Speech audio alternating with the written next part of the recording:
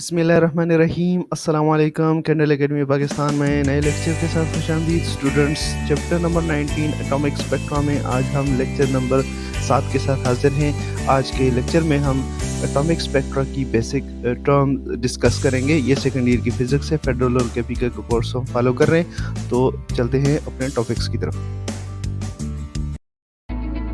What is ground state? What is excited state? Excitation energy and potential. Ionization energy and potential.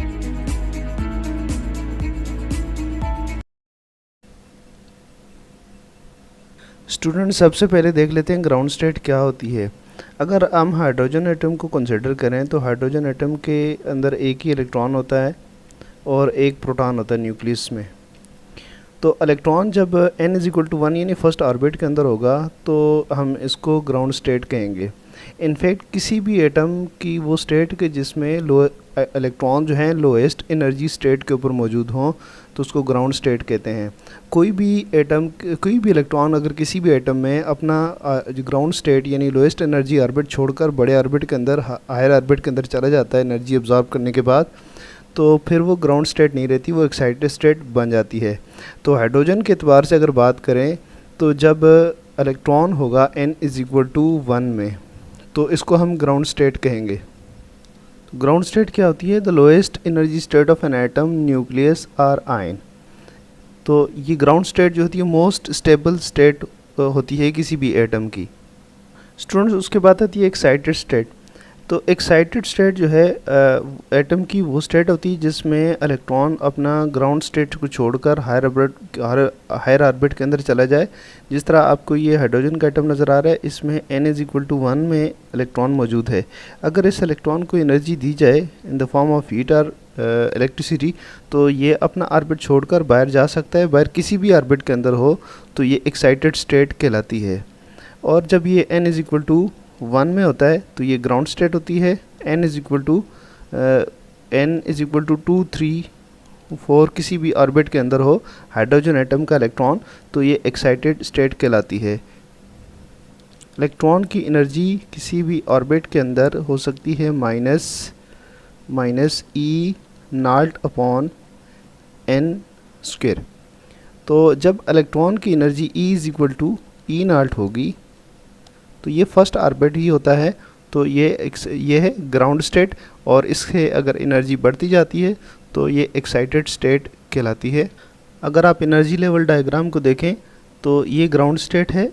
अगर hydrogen atom का electron यहाँ मौजूद है तो ये n=1 है और यहाँ पे -13.6 इलेक्ट्रॉन वोल्ट एनर्जी है। तो अगर एनर्जी अब्जॉर्ब करता है तो इलेक्ट्रॉन जो है इस स्टेट में जा सकता है, इसमें जा सकता है, आउटर किसी भी स्टेट में हो तो ये एक्साइटेड स्टेट्स कहलाएंगी। ये वाली सारी एक्साइटेड स्टेट्स कहलाती हैं और ये वाली है ग्राउंड स्टेट।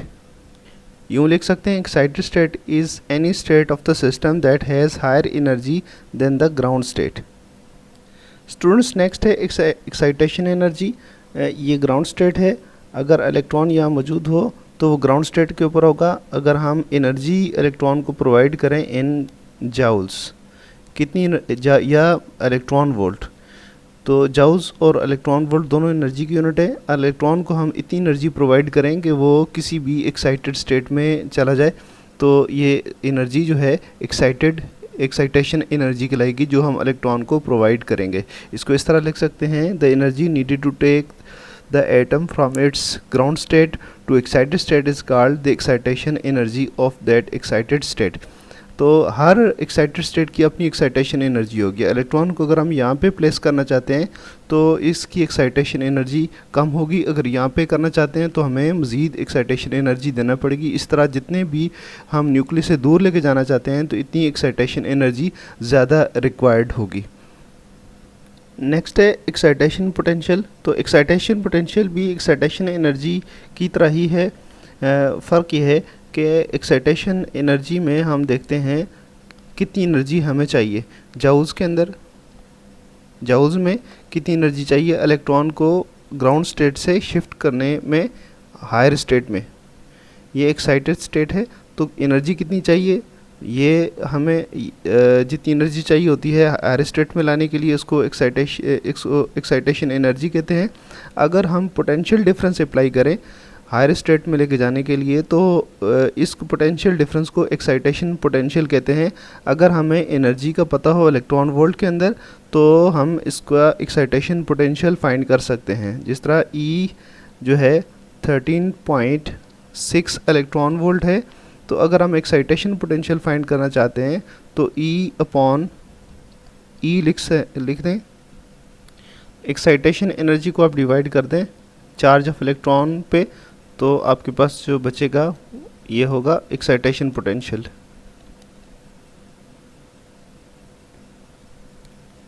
तो इसको इस तरह से लिख सकते हैं, the potential difference through which an electron should be accelerated to acquire the value of excitation energy is called excitation potential। तो इलेक्ट्रॉन को हम इतना पोटेंशियल डिफरेंस दें तो वो एक्साइटेशन एनर्जी गेन कर जाए, तो इसको एक्साइटेशन पोटेंशियल कहेंगे। स्टूडेंट्स नेक्स्ट है आयोनाइजेशन एनर्जी।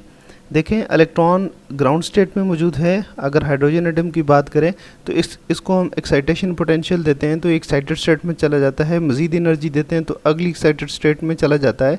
इवन एक टाइम ऐसा आता है कि ये इलेक्ट्रॉन जो है एटम से बाहर हो जाता है, तो इसको फिर फ्री इलेक्ट्रॉन कहते हैं।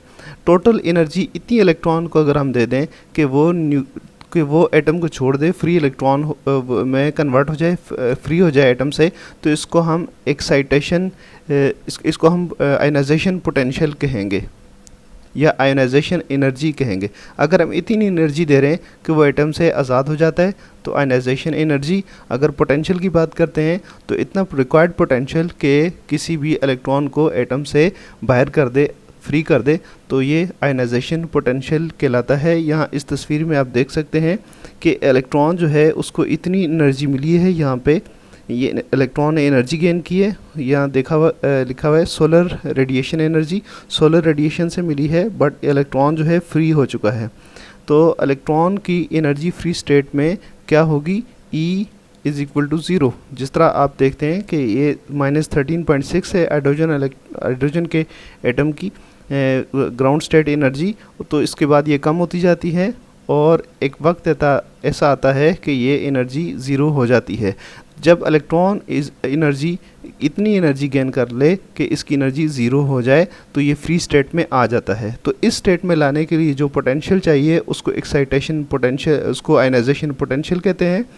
तो इसको इस तरह से डिफाइन कर सकते हैं, it is the energy needed to remove an electron from an isolated atom और मॉलिक्यूल। एक मॉलिक्यूल या एटम से इलेक्ट्रॉन को बिल्कुल निकालने के लिए जो एनर्जी या जो पोटेंशियल चाहिए उसको आयोनाइजेशन पोटेंशियल कहते हैं।